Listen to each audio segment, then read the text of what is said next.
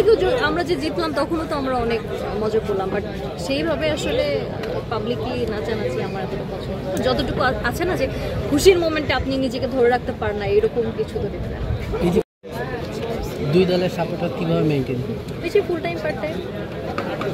আমি হেরে যাওয়ার পর থেকেই তো ওই টিম সাপোর্ট করা। আজকে যদি খেলায় জেতে আপনার দল তাই করবেন? কি করব, খুশি হব। নাচা হবে না? হ্যাঁ, সবাই কি গানে নাচবেন?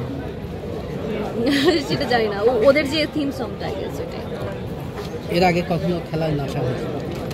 এর আগেও আমরা যে জিতলাম তখনও তো আমরা অনেক মজা করলাম, বাট সেইভাবে আসলে পাবলিকলি নাচানাচি আমার এতটা পছন্দ না। যতটুকু আছে না যে খুশির মোমেন্টে আপনি নিজেকে ধরে রাখতে পারেন না, এরকম কিছু তো দেখতে।